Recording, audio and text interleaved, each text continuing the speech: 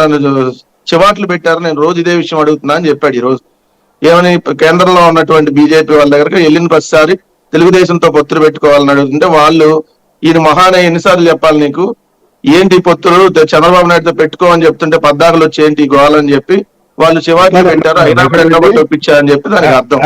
అట్లానే చెప్పారు. ఎవరు సాక్షి వాళ్ళు వెళ్ళి చూసారా, లేకపోతే ఇంకెవరైనా చూసారు, లేకపోతే నువ్వు వ్యక్తిగతంగా వెళ్ళి చూసావు? అదే మాటలు మాట్లాడారా? ఏం మాట్లాడారు మీరు చెప్పండి, దాని మీద విశ్లేషణ చేద్దాం. ఇప్పుడు ఇదే వక్రీకరణలు అంటే వెటకారాలంటే చెప్పండి. నీ పార్టీ పరంగా నువ్వు చేసిన అభివృద్ధి చెప్పు. ఇప్పుడు మా పార్టీలు కొట్టుకుంటున్నందుకు నీకు ఆనందమే కదా. మీ పవన్ కళ్యాణ్ అన్న మాటలనే నేను మాట్లాడుతా, మళ్ళీ నేను వక్రీకరించేది ఏంది?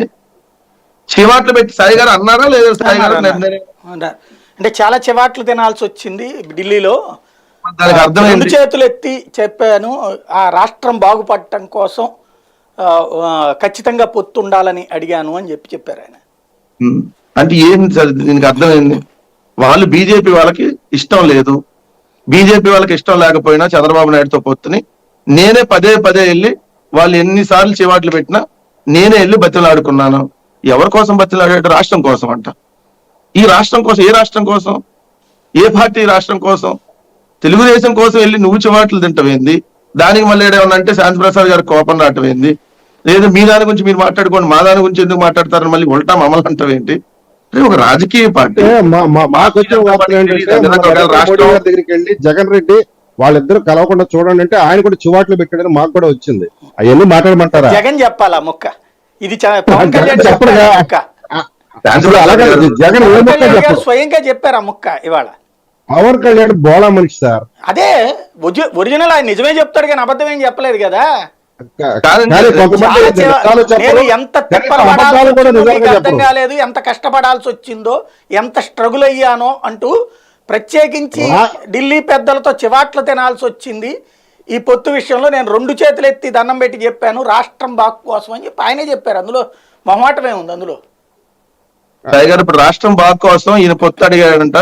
ఏం భారతీయ జనతా పార్టీకి నిజంగా రాష్ట్రం నిజంగా బాగోలేదు, ఖచ్చితంగా వెళ్ళాలని కేంద్ర బీజేపీకి అని తెలియదా?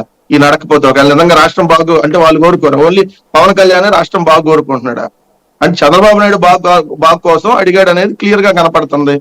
అందుకనే ఆయన అనేక సందర్భాల్లో మీరు త్యాగాలు చేయండి, మీరే మనకు ఇప్పుడు సీట్లు రాకపోయినా పెద్ద ప్రాబ్లం లేదు, వాళ్ళు సీట్లు తక్కువ ఇచ్చినా ప్రాబ్లం లేదు, రేపొద్దున అధికారంలోకి వస్తే అప్పుడు పదవులు అడుగుదాం మనం అని చెప్పి మిమ్మల్ని కన్విన్స్ చేసుకుంటున్నారు. మీ పార్టీకి సంబంధించినటువంటి నాయకుల్ని ఇంకా మభ్య పెడతా ఉన్నారు శాంతిప్రసాద్ గారు. అది మీరు గ్రహించుకోండి. మీరు అయినా కూడా మేము చంద్రబాబు నాయుడుకి జెండా మోస్తాము, పవన్ కళ్యాణ్ చెప్పాడు కాబట్టి